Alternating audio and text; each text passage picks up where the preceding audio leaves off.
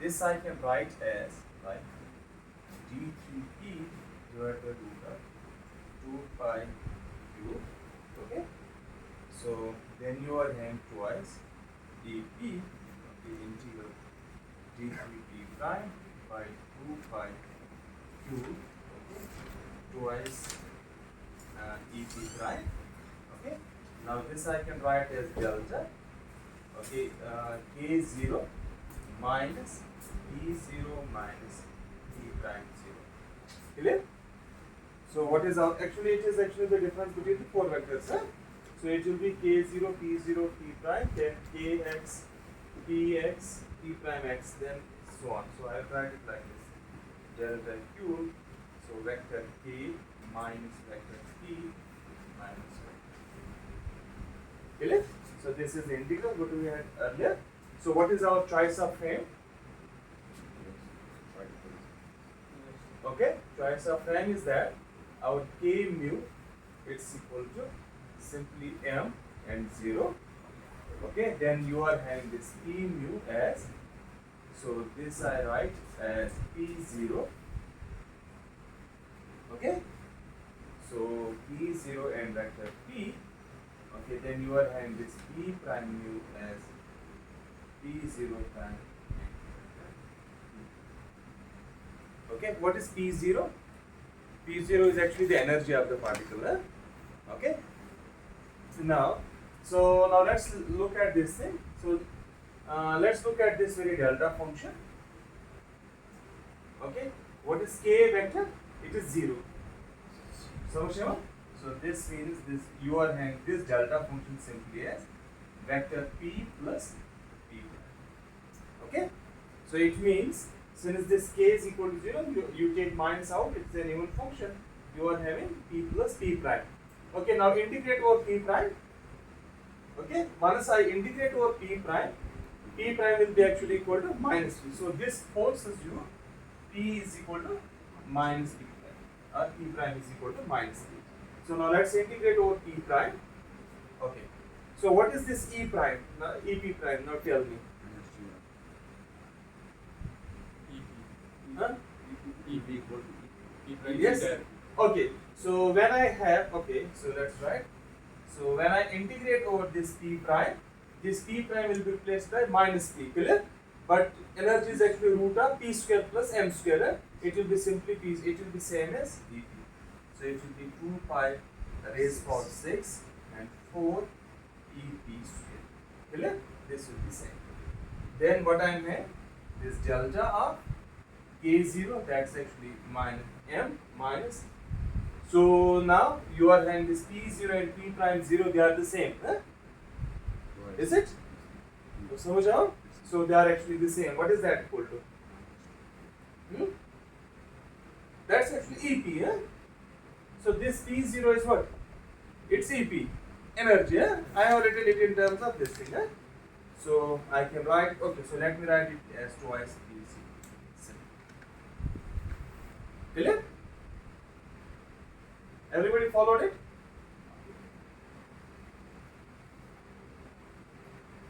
So let me write it then.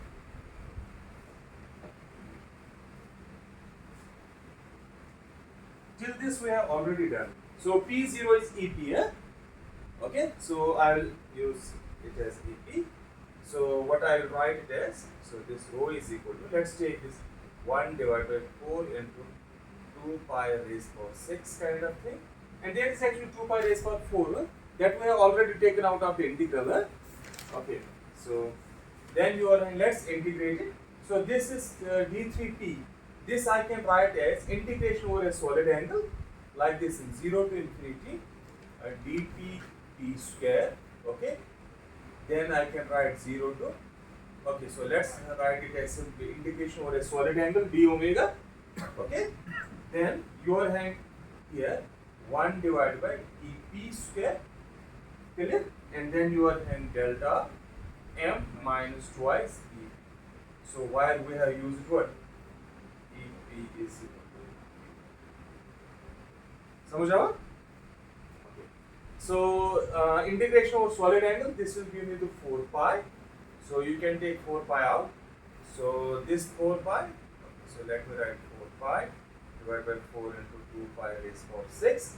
So you are having 0 to infinity. Okay, so let me do it this way. So let me convert my integral into the energy integral. Since you are having here what? EP, is it? E depends on P in the root fashion. What I will do, instead to complicate this delta function, I will simply convert this integral into the energy. Samajh? So what is the relation? So we are having, this is the relation. EP, okay, square is equal to P square plus M square. Clear? So now differentiate it. So it is twice EP, GEP is equal to twice P, okay, dot P. Samajh aawa? So, sorry, it is a magnitude square. There should be no dot. So, it is simply P twice P. Yeah? So, this P is the magnitude of this.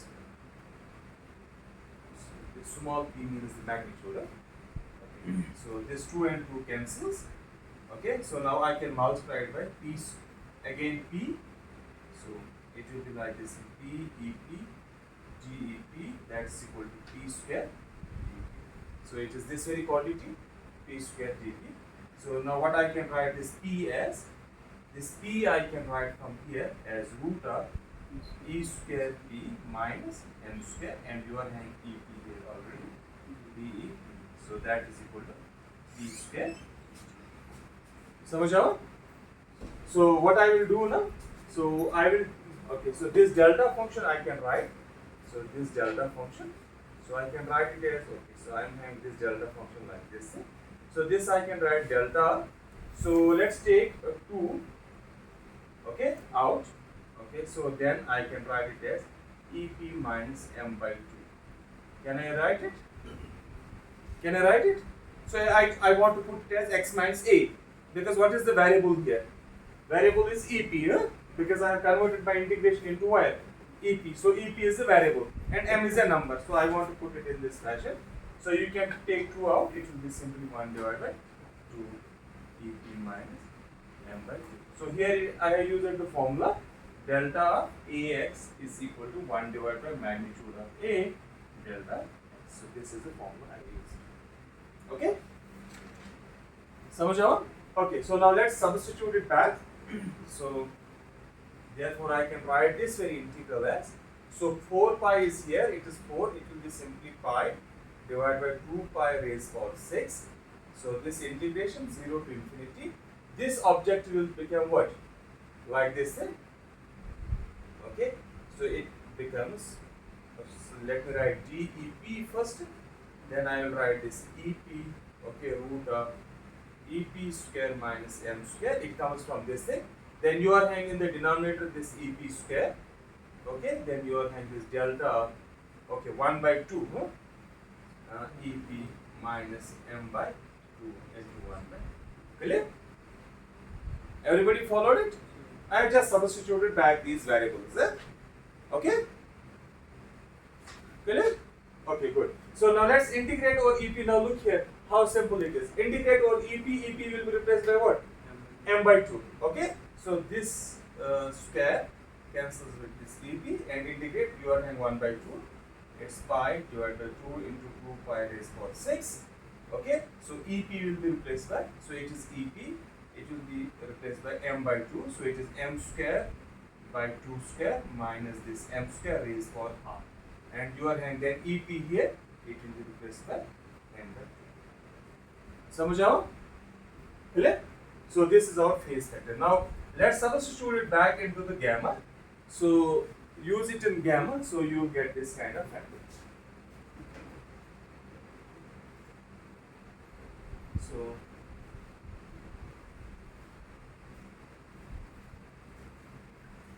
So you need to simplify it a little bit. So you get like this m g square divided by 8 pi, okay, into 1 minus 4 m square.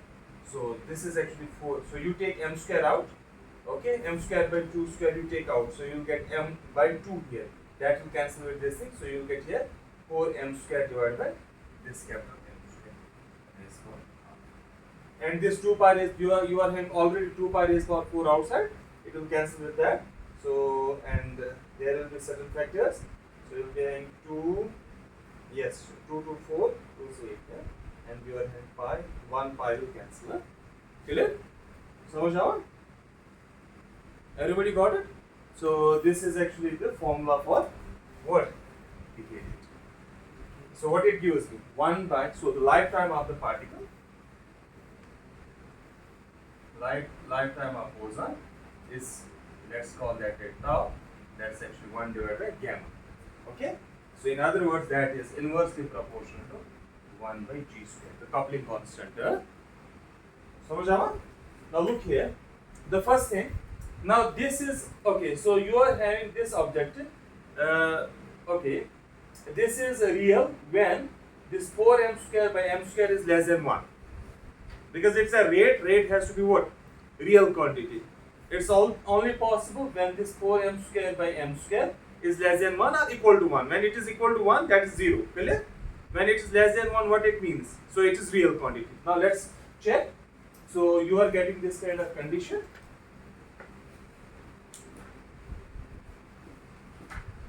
Okay, so the one of the conditions what you are getting.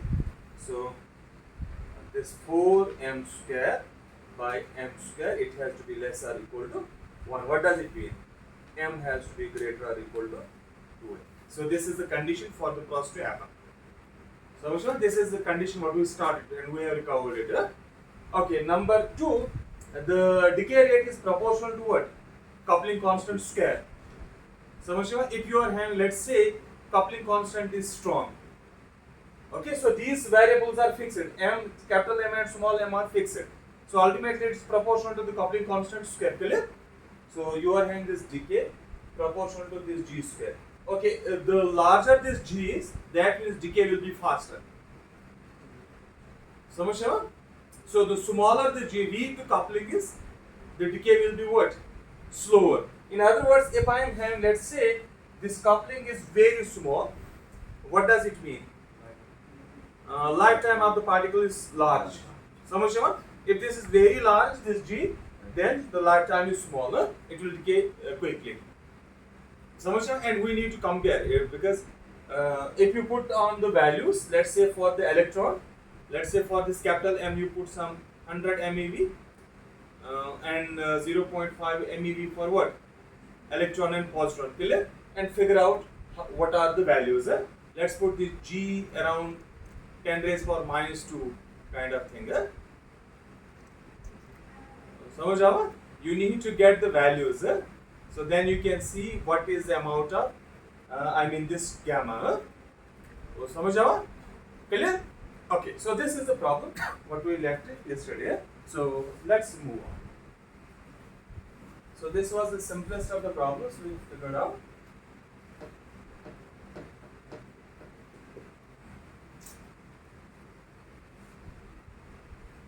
Just try plug in the values for electron, positron, and what? For some scalar boson, for pion. Let's put the mass of the pion and electron, positron masses and put some value. Okay, and then plot this gamma and g. Gamma and g square you plot. You will be getting actually the idea of what this gamma is and what this g is. Okay, for different values of this thing. But you have to scale it by the factors, those factors. What are the factors? So you can plot it within these kind of units, natural units. You will be getting actually an idea how large this gamma is. So actually 10 raised power something, 10 raised power minus 2, minus 5 something kind of thing. So or you can plot simply this small gamma, tau, the lifetime with respect to 1 by g square. Or simply with respect, okay, 1 by g square you can plot. Clear? So now let's move to the quantization of the EM field. Okay, so let's review our electromagnetic field quickly.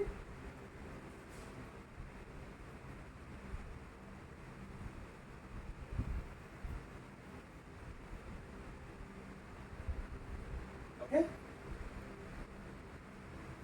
Okay, so we are having this classical thing, classical theory. So we can describe it by the Maxwell's equations. Okay, it is rho and del cross B minus partial E by partial T, that's equal to J. So these are the inhomogeneous Maxwell's equation.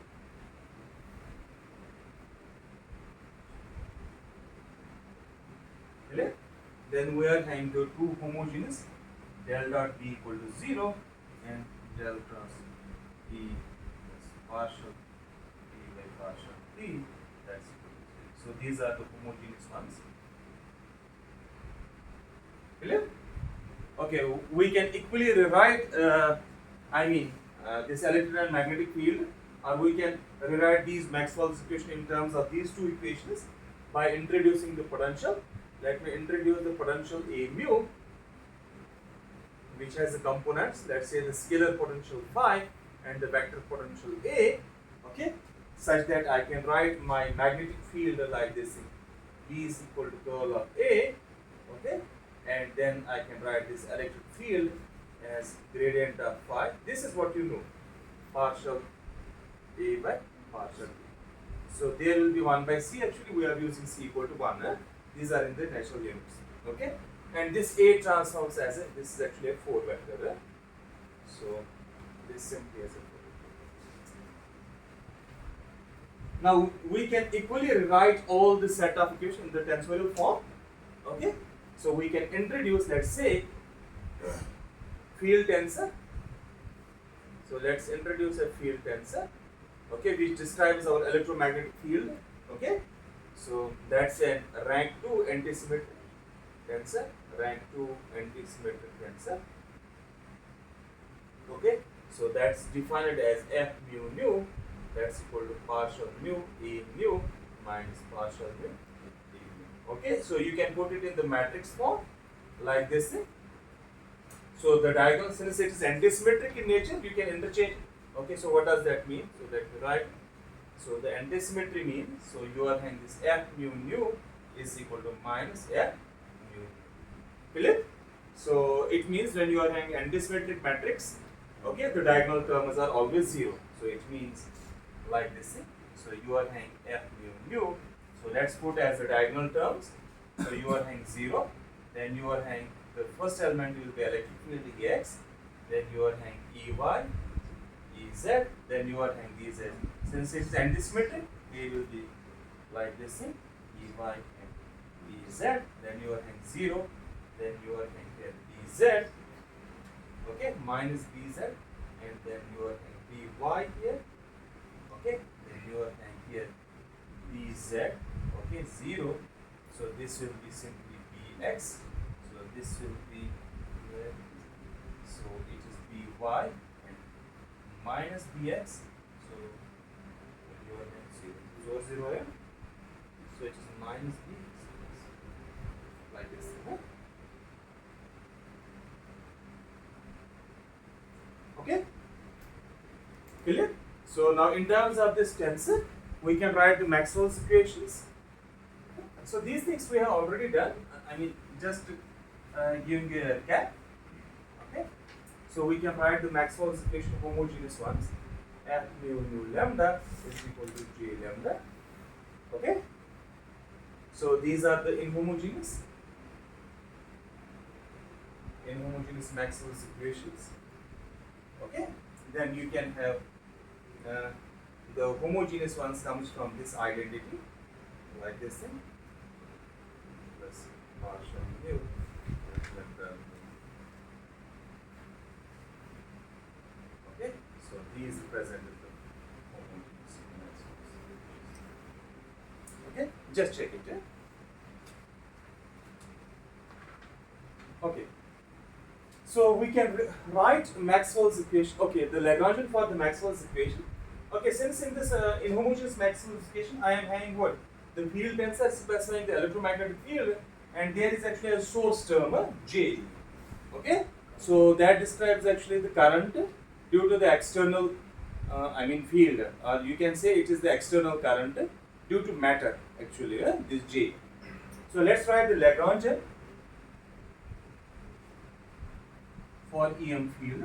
So I can write Lagrangian for EM field like this thing. So the free part will be minus 1 by 4 F mu nu. So this is only the free electromagnetic field.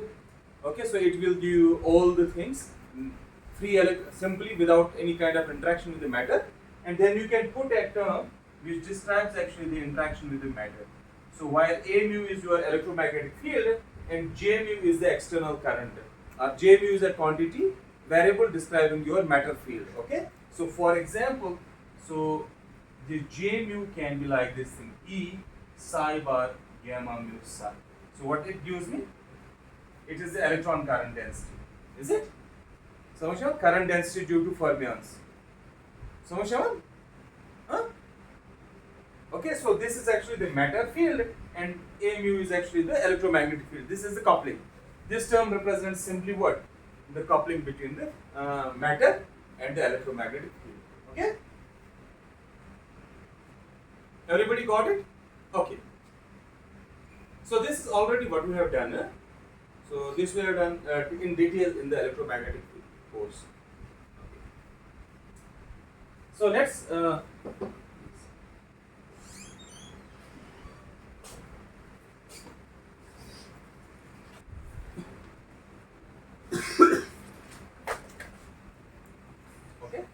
So let's take it. So what is the Lagrangian for the free EM field? It's minus 1 by 4 F mu nu. Okay. So if I make a transformation, let's make a transformation on this A. So let's take this A mu goes as something A mu prime is equal to A mu plus partial mu theta of x. Where theta of x is the space dependent function, it is differentiable everywhere. Yeah? Okay. So this is simply the transformation what we have. Now let's check a transformation. What under this transformation, let's check whether this Lagrangian is invariant or not, or in other words, whether the action is invariant or not. So let's check it. So what is our f prime mu? Okay, so I will have this f mu. So it will go as something f prime mu. So it is something partial mu. Since I am changing only the fields, so that's why I will put the prime as partial mu a prime. Okay. So this is how the field will change under this very transformation. Now let's substitute the values of this A. So it's partial mu. What is A prime? So it is A nu plus partial mu theta minus partial mu. What is A prime mu? It's simply A mu plus partial mu. Clear? Okay? So let me go slowly. So let's differentiate it. So it's partial mu A nu plus partial mu theta minus partial mu A mu minus partial mu theta. Okay, so now this term cancels with this term because we can interchange partial mu. These are partial derivatives. Okay, so this is simply what? Partial mu A mu minus partial mu A mu. So that's same as F. So it means F prime is invariant. Okay, F prime does not change under this transformation. What does that mean? So if F does not change, so it means, so I am having, therefore L prime is equal to minus 1 4 prime, like this thing, prime mu. So that is same as minus 1 by 4. Since this does not change under this transformation, this also does not change. It means it remains same. Okay, so that is same as L. In other words, the action for free EM field is invariant under the transformation one, under 1. Okay, so we call this as the gauge transformation. Right? So this I have in detail taught in the field theory first. Okay, how these gauge transformations arise. So how the gauge coupling arises rather. Okay. So now let's add this. Okay. So this is for the free field. Let's put the interaction term. The interaction between matter and what? the electromagnetic field. Okay, the J mu nu, A mu nu term. Let's look at that very term. So let's add the interaction term.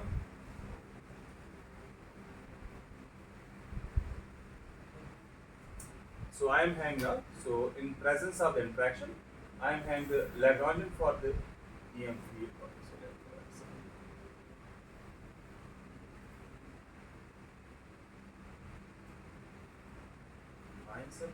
Minus J mu nu, J mu. So now I am putting the interaction. Okay, this I know this object is what? Invariant under this term I know this what? Invariant term. Invariant under gauge transformation. Clear? So now let's check this very term. So what I am changing? I am changing A. I am not doing any kind of transformation on the matter field. Okay? There is no transformation on J. Only this A is changing. Okay? So it means the J mu, A mu, this will go like this thing. J mu, A prime mu is equal to J mu. What is A prime mu? So it is simply A mu plus partial mu theta. Clear? So what I am getting? J mu, the term back, plus J mu partial mu theta. So let me write it in terms of a total derivative. Can I write it in this way? J mu A mu plus partial mu J mu theta. Now look at this thing. So let me write it this way. Okay, minus partial mu J mu theta. Can I write it this thing? Now if you differentiate it, okay, so you have to do, okay, so this is like this. Differentiate it. So you will then partial mu J mu and then theta. So it will cancel. I am returning it back. Clear? Okay. So now what I am getting? So this is a total derivative term. Clear? Total derivative. Okay. So therefore, so my action. So let's write the action. So the primary action will be like this thing. Integral d4 of x L prime. What is our L prime? Now look here. L prime is same as this very term. Now look here. This term. Okay, and then this term. So that is same as L. Clear? And what is the additional term I am getting? Everybody is getting it? Okay, so this I know. This is invariant kind of thing. And from this very term I am getting this thing. So that means this term and this term will make my L. So and the additional term. So I can write it like this in d4 of x L. Clear?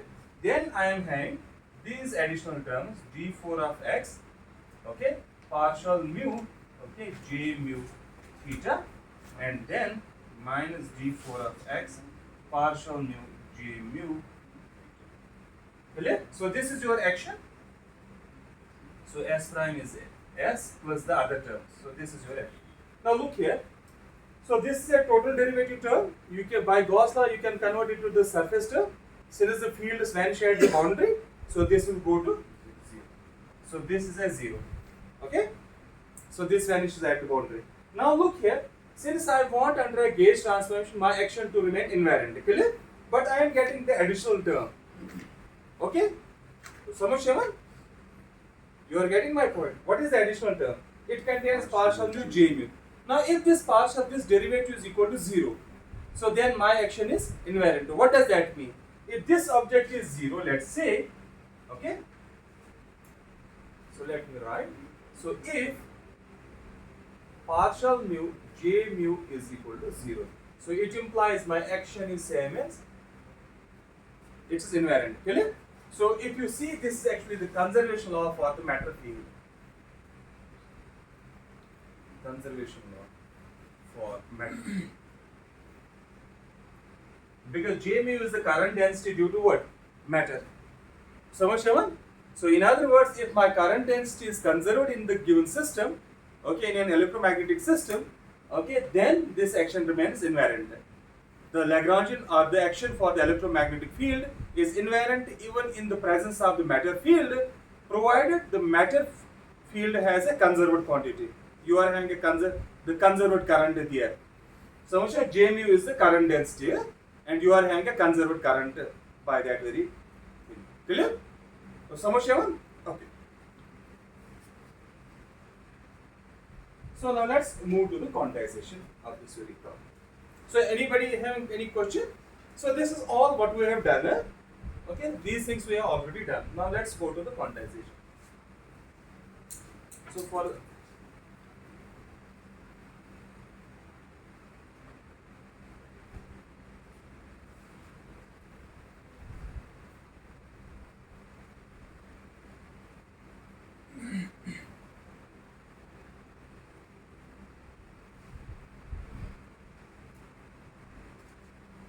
okay, so when we try to quantize the scalar field, how we did that?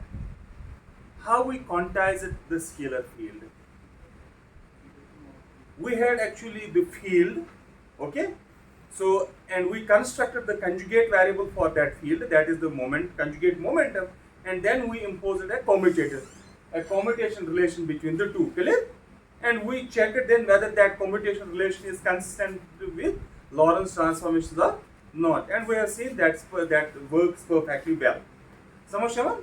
Okay, in case of Dirac fields, we said to hold the causality principle, we imposed the ND commutator between a variable and its canonical conjugate component. Clear?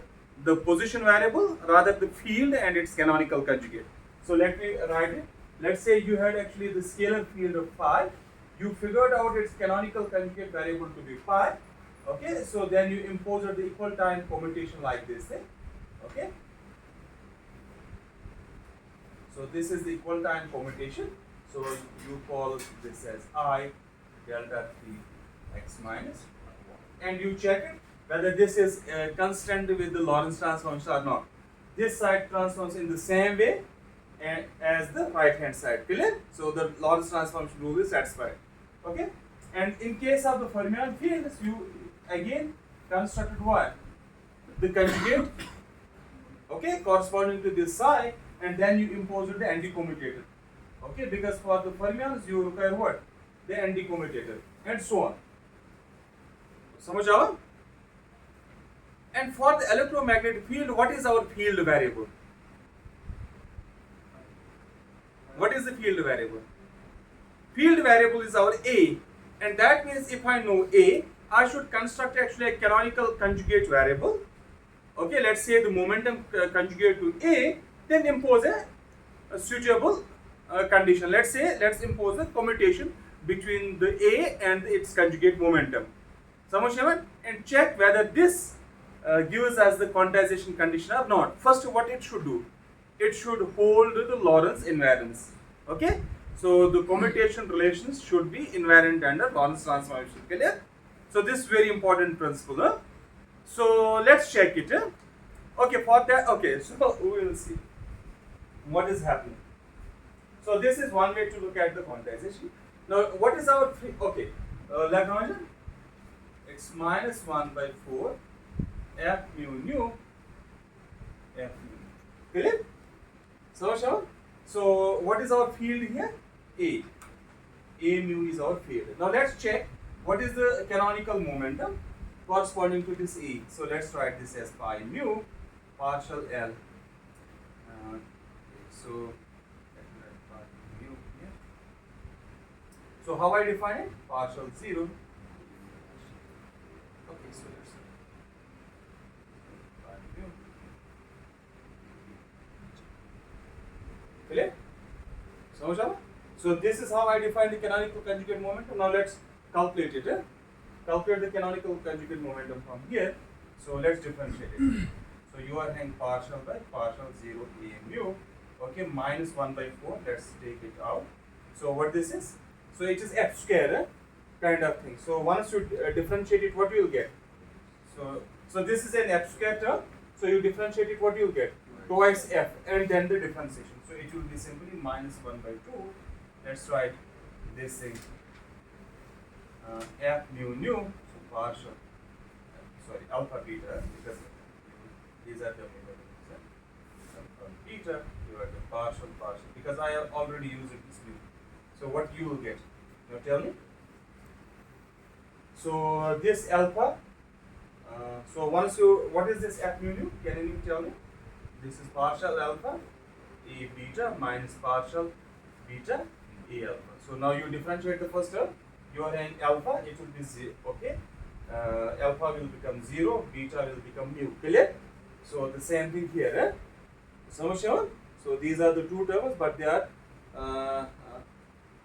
antisymmetric to each other. So you will get like this in minus f.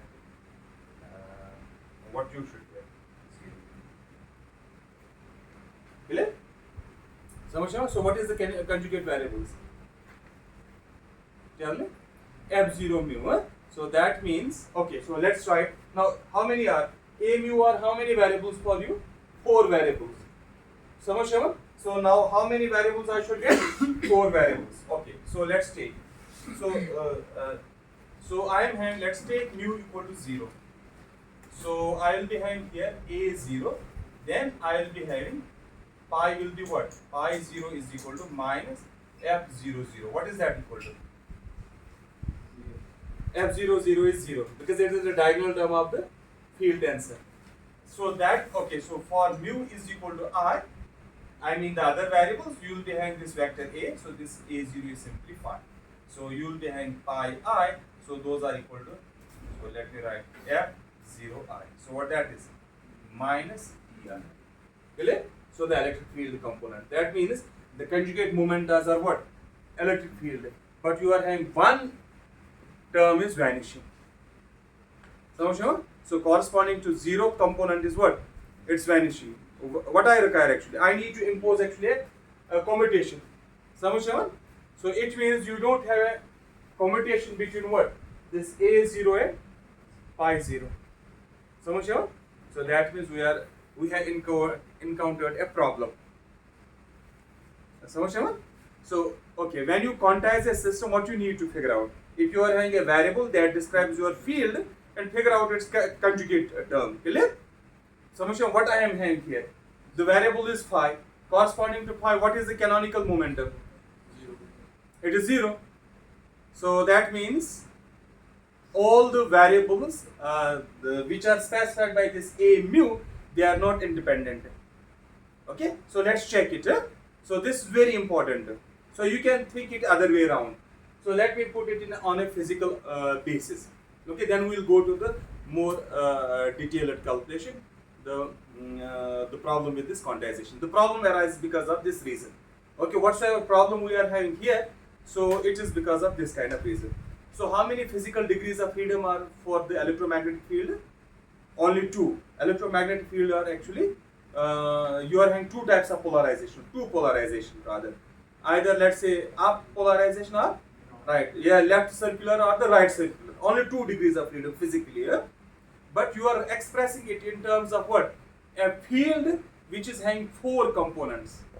When you are having 4 components means 4 degrees of freedom. But actually what you are having? Only 2 degrees of freedom. So that means there must, so the other degrees of freedom are redundant. Okay?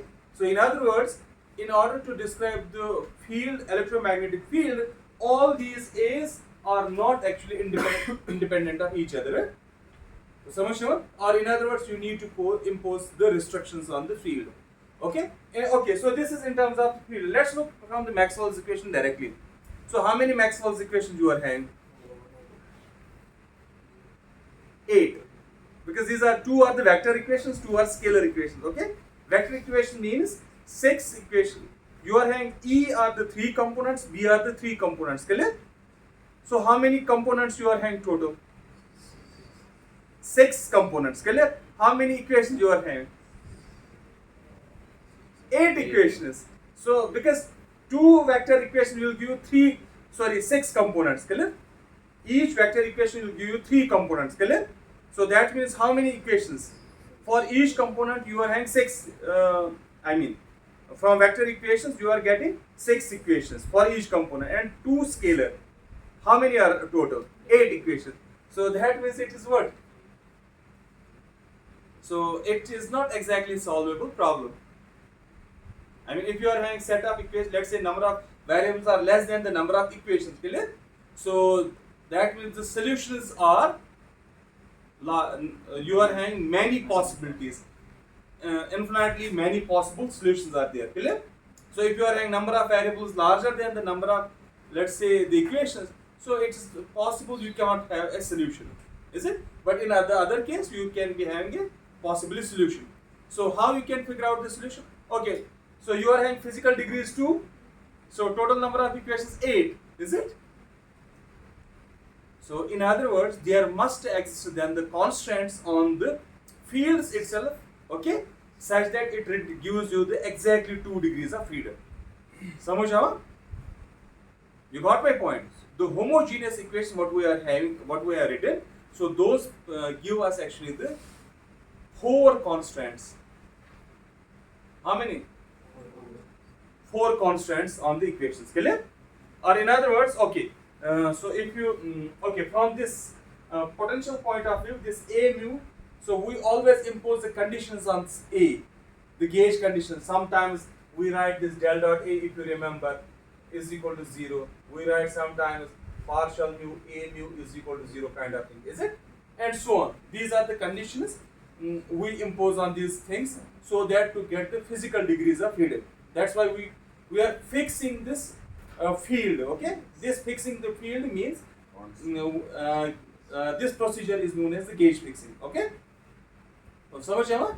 Okay, so have you got it now? So that means that quantizing the electromagnetic field directly has a problem, okay? So now look here. So this A naught, if you take this as phi, so since you are having, when you go from the classical mechanics to quantum mechanical world, you raise your variable to the operator level, clear? So it means if you raise this phi to the operator level, it is now an operator. So you don't have a corresponding thing, clear? And this operator will commute with each other operator. Samajh aaya? Got it? So let's look at it from the other perspective. So this kind of problem will arise from this very perspective. So then I will comment further. So that means we have to be very careful in quantizing the electromagnetic field. It took a lot of time to quantize EM field. Okay? So let me write it this way. Suppose if you are in the configuration space.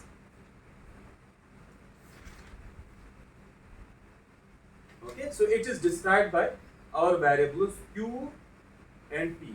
Sorry, Q and Q dot. Q1, Q2, dash, dash, dash. So let's say you are having these are the variables Q dot 1, Q dot 2, dash, dash, dash, Q dot. Clear? So I can move now to the phase space. So you can equally describe your system by what? In the phase space. What are the degrees of freedom? How I express my phase space? By position and the momentum. You eliminate actually velocities. So you write it like this: Q1 dash dash dash Qn. So in terms of, let's say, P1 dash dash dash. Clear? So how you go from configuration space to the phase space? By a transformation, what we call it the Legendre transformation, is it? So you simply make a Legendre transformation and go from the configuration space to phase space by defining this way. Okay, so if you move from this space to this space, you define actually these PIs like this thing. Okay, so the variable which is happening here, so that's actually the Lagrangian. The variable what you are, okay, the dynamics is provided by Lagrangian, here the dynamics is provided by what? Hamiltonian, okay, and you go like this thing by partial Q dot. Clear? So this is a simple Legendre transformation, okay? So if this map exists, that means I can go from configuration space to the okay. So if this map exists, that means I can solve for this very equation for P's, or I can solve it for Q dots. In other words, if this transformation is invertible, okay. So that means for every variable in the configuration space, I can go to the phase space. Got it? Or from the phase space, I can go to the configuration space. Okay, the entire space. Okay. So now let me write it this way. So let me write Q as a variable, which it is a vector, and P as a vector. So that means there must exist a transformation. Let's call that transformation A, which acts on the variables this Q and Q dots. So this is the configuration space and this is a transformation matrix. I will figure out. Okay. So it gives me what? The phase space. Okay. So I can write this transformation matrix like this thing. Because if you go from configuration space to the phase space, Q's remain unchanged. Is it? So Q does not change. You are having Q in the configuration space and Q in the phase space. So I will write it as 1, 0 like this. Is that true? What is changing? Q dots are being eliminated. Let me write some matrix, some B tilde and B. These are the matrices. Okay? So these are the matrices B tilde and B. So you will get what? You will get P. So you can say P is equal to B tilde Q plus B Q dot. And we don't need to figure out B explicitly. This will okay. So what we are trying to figure out? So this suffices our discussion. Okay. So now if this transformation is invertible, okay. So or in other words, if I move from now phase space to the configuration space, this matrix must be invertible. So if this is invertible, okay. So let's write the A inverse. So A inverse you can put as like this in I 0. So you can write minus B inverse. Just figure out this inverse. So it's like this B inverse. So B inverse means the inverse of this very matrix. If this exists, if A inverse exists, implies so B inverse must exist. Okay. So the existence of A inverse is dependent on what? B inverse. Samajh? So let's try it now. So let's get to this very point.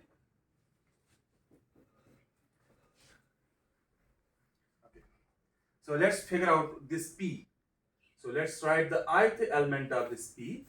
So what is A? P is what? B times Q. B is a matrix, Q is a vector. So I can write it like this. B tilde ij. Let's write. So it is something Qj plus Bij. Then you are having this Q dot J. Is it? Simple matrix multiplication, nothing more than that. Now let me calculate this B. Or you can calculate this Bij. It doesn't matter. Let's calculate Bij. So if I calculate this Bij, what I need to take? I need to differentiate this with respect to Q dot. So just differentiate this thing with respect to Q dot. So it is partial Pj divided by partial Pi divided by partial Q dot J. Is it clear? So that means the matrix Bij, what I have figured out, it's actually the differentiation of these momentum functions with respect to the velocities. Clear? Is it clear till this point? Okay. So this I can write as partial by partial Q dot J. So now what is the momentum in terms of Lagrangian? It's simply partial L by partial Q dot I.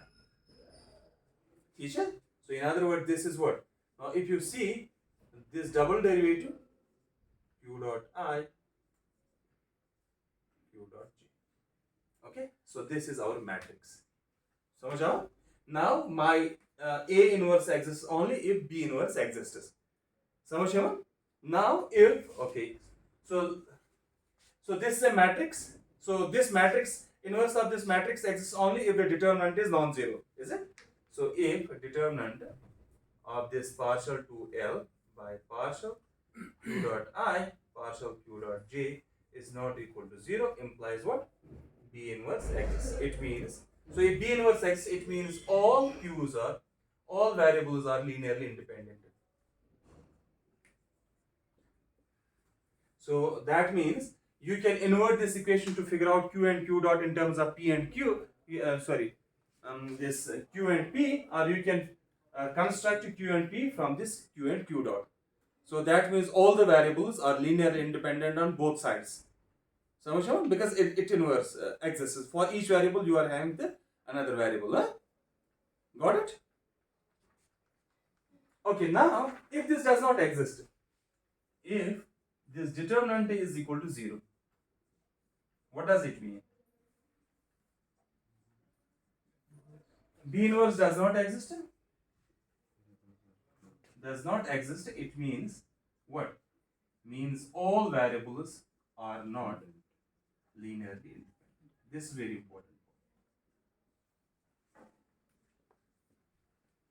Okay? So when they are not linearly independent, you start, let's say you started, these are the n variables, these are two n variables you are having. So out of these two n variables, okay, you are not, okay, so you are not able to construct what? Two n variables which are linearly independent. Clear? So in other words, there must exist constants on these variables. समझ समझ? That's समझ. So it happens exactly in case of what? Electromagnetic field. So you are trying to construct this B matrix for the electromagnetic field, and that's actually equal to 0. So pi naught term. So the pi naught is what? So that's equal to 0. So that means determinant vanishes. It means all the variables are not what? Linearly independent. If they are not linearly independent, that means there must exist some relations or constant relations on them. Okay, you have to constant those variables. Okay, once you try to constant those variables, then you are able to quantize the field. समझ समझ? Okay, so this is one way to look at this kind of thing. Okay, and this argument is quite general. Now let's try to figure out the propagator for this kind of field, electromagnetic field. Now if you try to quantize a field, if you are able to figure out a propagator for a given field, it means the field is quantizable. So you can quantize the system. If you are not able to figure out the propagator, that means the procedure of the quantization for your field has a problem. You have to relook at the procedure of the quantization. समझ आओ? Got it? So let's try to figure out the propagator of this EM field. If we are able to figure out the propagator, that means it's okay. We can do the quantization in the usual fashion. But if we are not able to figure out the propagator, that means the procedure of the quantization has a problem. We have to reconstruct our procedure. समझ आओ? Okay.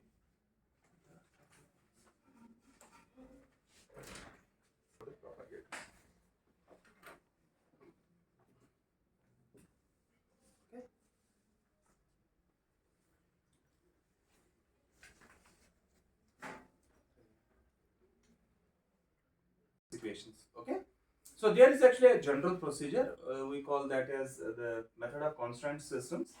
So that's how we do the quantization in the more general fashion, okay, but since it is an elementary course, that's why I will not go into those kind of details.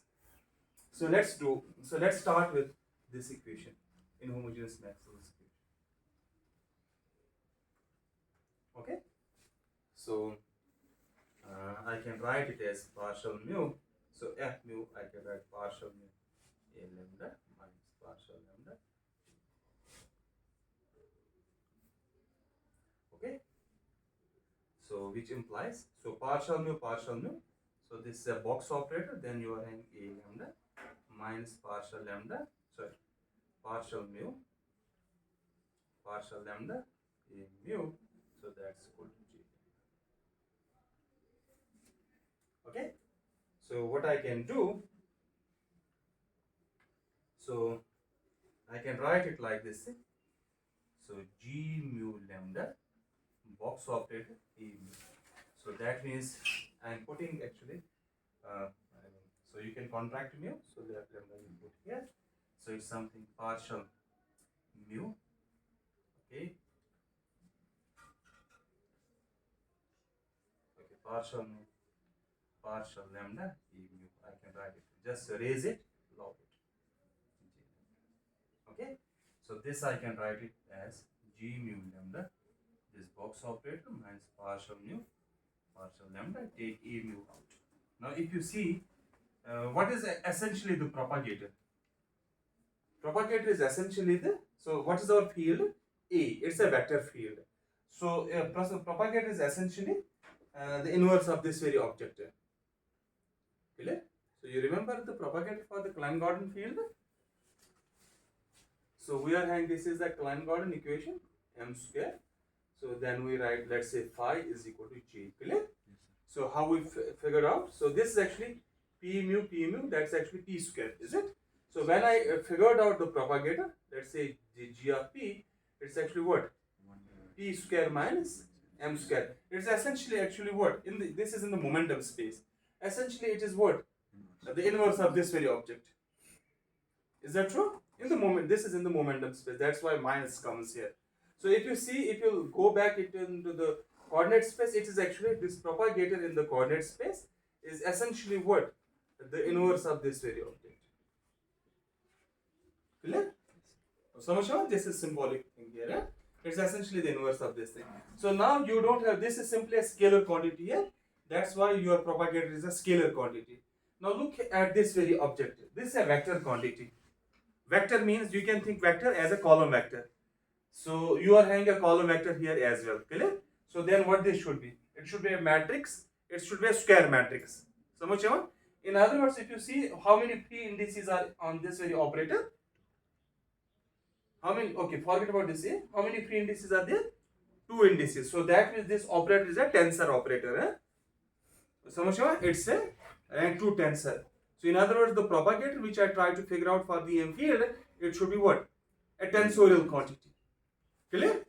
So much on how I defined the propagator for this thing. Now look here. So we defined the propagator like this in m square acting on the g is equal to delta something x minus x minus. Clear? So much on. So you are having a scalar quantity here. That's why g is a scalar quantity.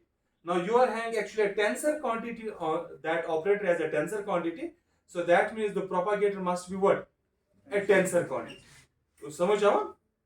Clear? So now so let's write the Green's function or the propagator function for this equation. So in other words, since this is an inhomogeneous equation, to solve this inhomogeneous equation, I need to introduce the Green's function. Clear? So how I do that? Manu sir.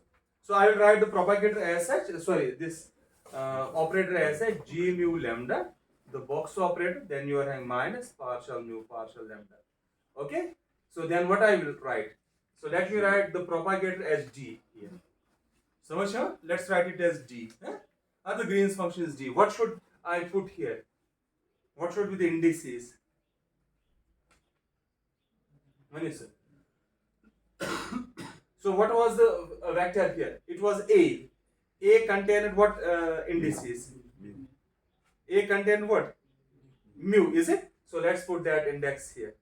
So, okay, for the time, I will put one index. Now, what you are having on the right hand side? J. J is a vector, clear? So that means I have to put a vector quantity on this side.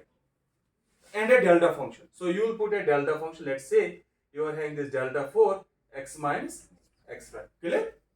So samajh aaya? And then I need to put actually a vector quantity. So samajh aaya? So what should be the vector quantity? So let me write it as lambda and nu. So I'll put nu here. So it's x minus x prime. All the differentiations are with respect to x. Samajh aaya? Is now do you think this as a tensor quantity?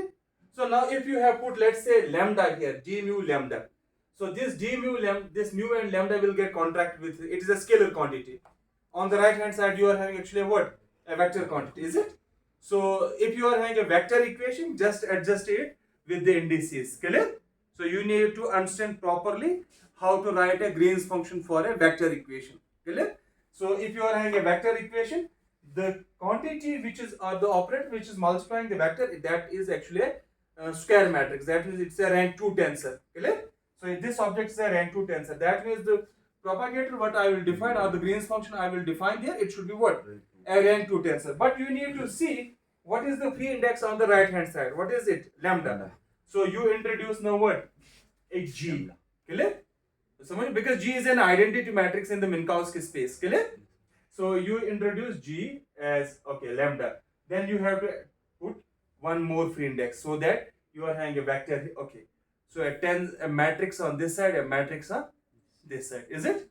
So now for this very vector equation, I am having the Green's function equation is actually what?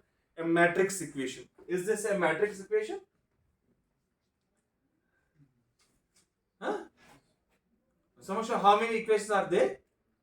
So for each lambda and mu, let's say lambda is equal to 0, mu is equal to 0. So you are having an equation. Clear?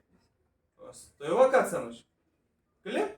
So understand this very thing. If you are able to understand these indices, then I will proceed.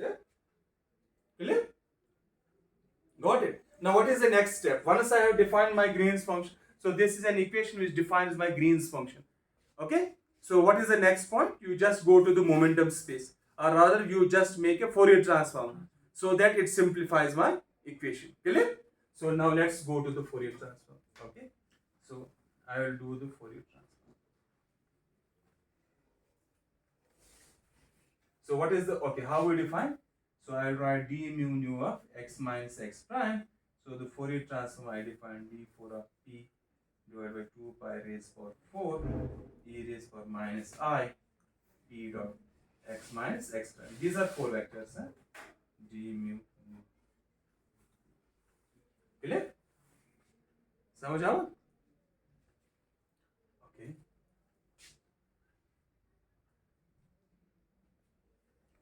So and what is your delta function? Delta for x minus x prime. So that's d4p divided by 2 pi raised power 4 e raised power minus p dot x minus x prime.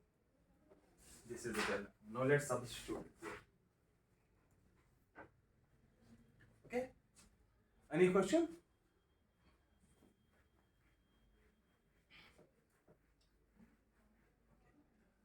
So you are having now G mu nu. Okay, what is this box operator? Box operator is actually partial, no? Partial. Now let me write this D mu nu. So this is the point. This is the term which depends on x, is it? So you write now. So you are having this G mu lambda. Now when this box acts on that exponential e raised power minus ip, is it? Differentiation is with respect to x, clear? So it will give you minus ip and minus ip down, clear? Teacher, so it will be like this thing, minus ip, okay? Then again, so what? Okay, so if I put this like alpha and alpha, because g, these are the free indices, I will put like this. So it will be alpha, then I am having minus I p. Okay? समझ आओ? Okay, the index what you are having here, so that will come here. Eh? Okay, then you are having again partial mu, is it? So this very differentiation, partial mu will act. Now what it will give? When you differentiate with respect to x, what you will get? Minus ip. So you will get minus ip. What is the index? Mu. Okay, in other case it will be minus I p lambda, because the indices are the same what you are having here. So this is a scalar operator. So here this is a vector operator. The tensor operator. The tensor comes from this G. Samusheva? Itself it's a scalar operator. Got it? Okay. So then I will write like this thing. So this d of d mu nu p, is it? So that's equal to g lambda mu. Okay, delta x. Rest terms are, I mean, you have to cancel. Those steps I have taken care of. Okay. समझ रहा? So exponential I have cancelled. Okay. So now let's simplify this thing. So what this object is? So it's minus p square. Is it? So minus and minus is plus ion. So it's minus p square. So let me write it this way. So it's minus p square g mu lambda. Then what you are having? Minus. So it's plus p mu p lambda. Okay? D mu p, that's good. G lambda.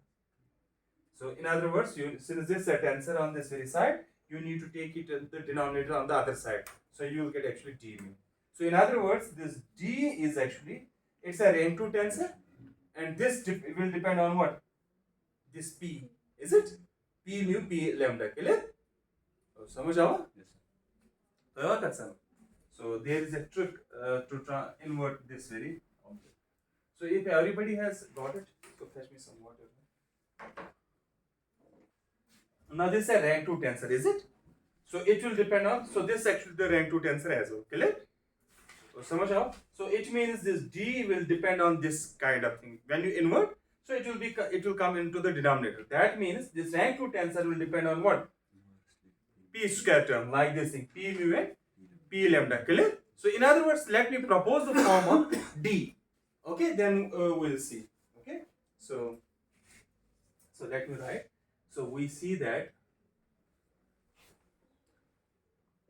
Okay, the Fourier transform, okay, of the propagator d mu nu, okay, of this p must be a rank 2 tensor, must be a rank 2 tensor, okay, which depends only on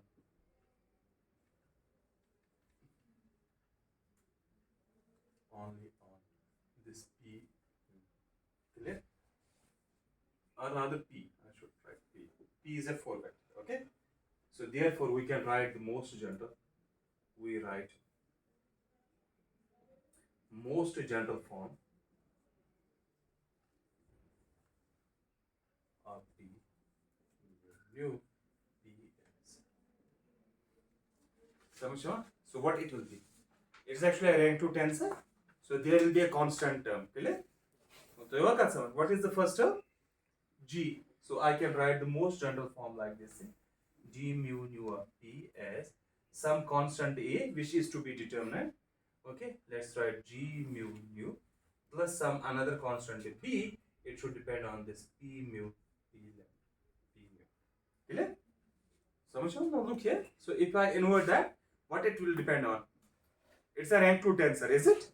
And this rank 2 tensor will depend on what? The momentum square. So what is, okay, so what is the rank 2 tensor I can construct which will depend on momentum square? So rank 2, okay, so this is a constant term, clear? So it is g mu nu and I need to figure out what this a is. And here, and I need to figure b. So this is a rank 2 tensor which I have constructed from p, is it? Two free indices. Now let's say you can say you put a linear term here. Let's say you put a linear term, some p lambda or p mu. Is it a valid term? Why? Because this is not a rank, it is a vector quantity. Clear? It contains only one index. So let's say if I write like this way, some another constant c, let's say c nu p mu. Is it a valid term? Yes, it's a valid term. It's a rank 2 term. Clear? But if you see, it will depend on, so you need, okay, so it is a kind of, this kind of term, is it? Is this a valid term? What I want my tensor, this propagator to be? A rank 2 tensor, clear? And this rank 2 tensor I have to construct, okay, in such a way that it should depend on the momentum square. Because if you look at it, it's essentially the momentum square. You are having p square there and p mu p lambda. P mu p lambda will again you kind of momentum square term, is it? Both the terms are having that kind of dimensions. Okay, so now this is also what? A valid term. So you have constructed. But you can always say, you can make this c nu in such a way that it depends on the momentum. Let's say you can put this c is an arbitrary term. You can write this c nu like this. Let me write some b mu, let's say something b nu lambda, okay, sorry, something b nu lambda p lambda p mu. Can I write it? So b is some another constant. So lambda is contracted. What is the total rank here? 2. So that means I can always put it in terms of p square term. So that means I don't need to put the terms like this thing. So if this term suffices. So that means I can club these terms together. Clear? And what about the nature of these constants a and b? They have to be Lorentz invariant, because we try to construct a propagator which is Lorentz invariant quantity, or which transform in a well-defined fashion under Lorentz transformation. That means the transformation property should be same as here. Now look at this transforms as a rank 2 tensor. This also a rank 2 tensor. Okay. So this is a rank 2 tensor. That means a and b must be scalars under Lorentz transformations. So that this tensorial nature is satisfied. Okay, or it remains there. Clear? Okay, so now let's suppose shoot this value here in this very equation. Okay, So let's use. Now I know what I need to figure out.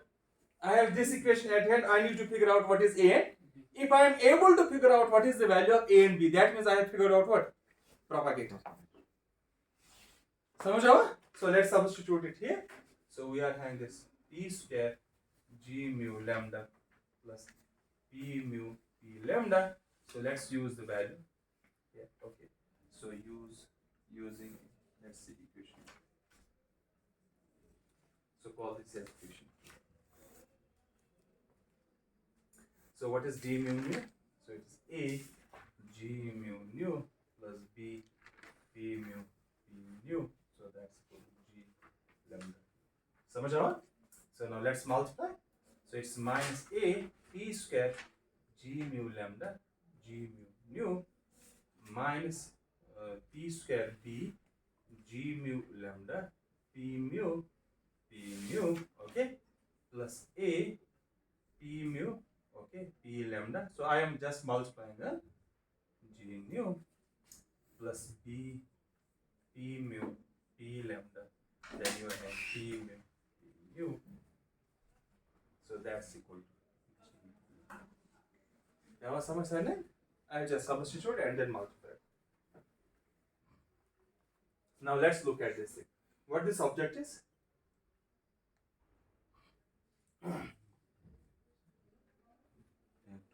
What this object is? Mu contract type 2. Yes, mu and mu will get contracted. What it will give me? So it's minus AP square. Then you are having delta lambda nu. Clear? So it's simply a delta function. Then you are having minus P B P square. So you can contract mu. So it will be simply P lambda P nu. समझ आया? Okay. Plus A. This mu will get contracted. This nu will come. A P nu P lambda. Okay. Then you are having this P. So P mu contracts. That gives me P square. Then you are having this P lambda P nu is equal to G nu. I should have put this not G. I should have put it as a delta.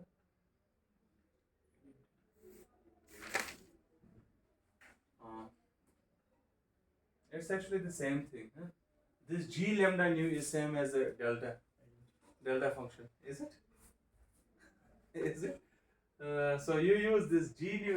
This G nu is same as delta function. Okay. This G lambda nu is same as delta lambda. Okay. So in other words, okay. So let's write this as simply. So you can put G lambda. It is same as delta function. Can you see? Let me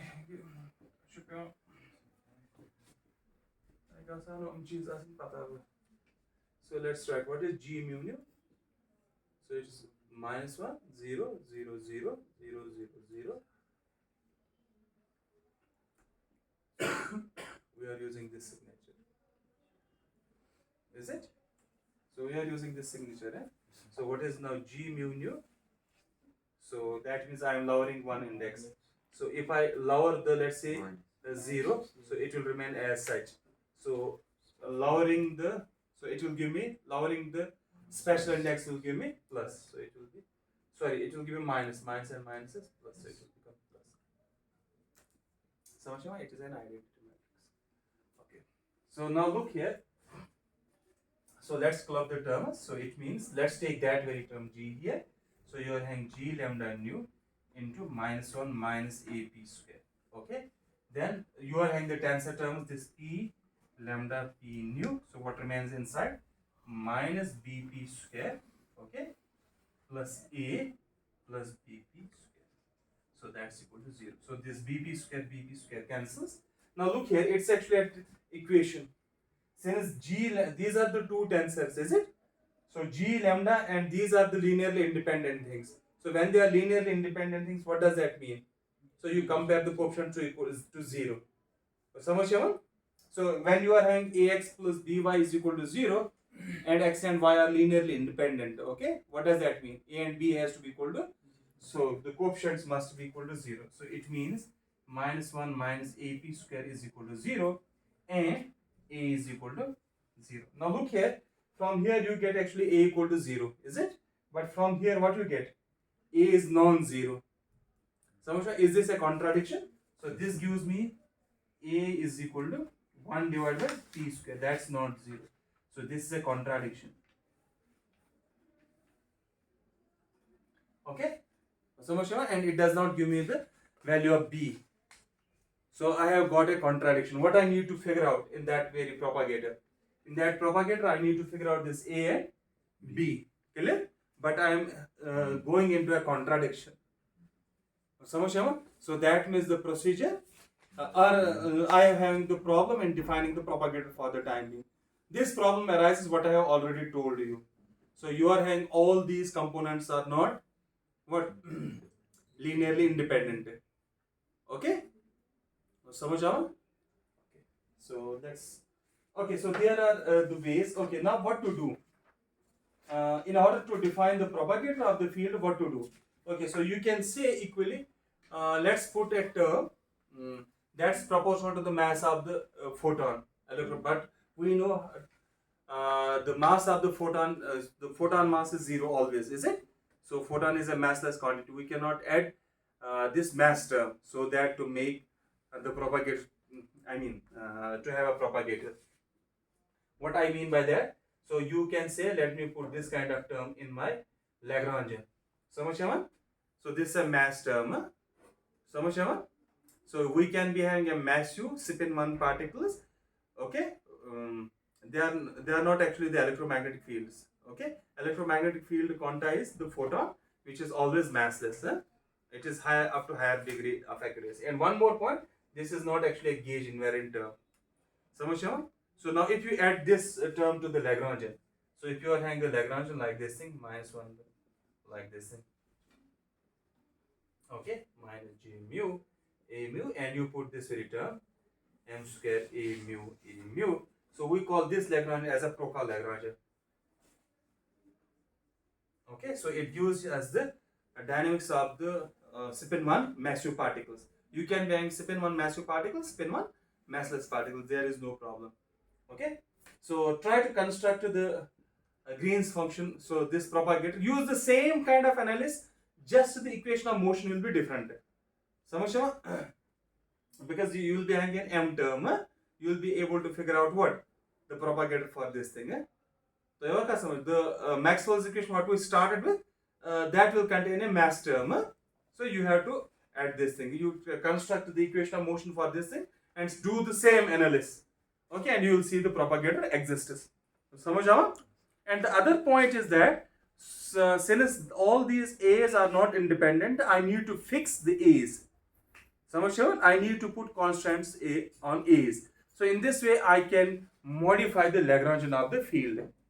So samajh? In such a way, I can put the additional terms in the Lagrangian in such a way that it will fix my fields. So samajh? That procedure is known as the gauge fixing. Clear? And using that kind of procedure, we will be able to quantize or able to figure out the propagator of this field. Samajh? So let's stop here.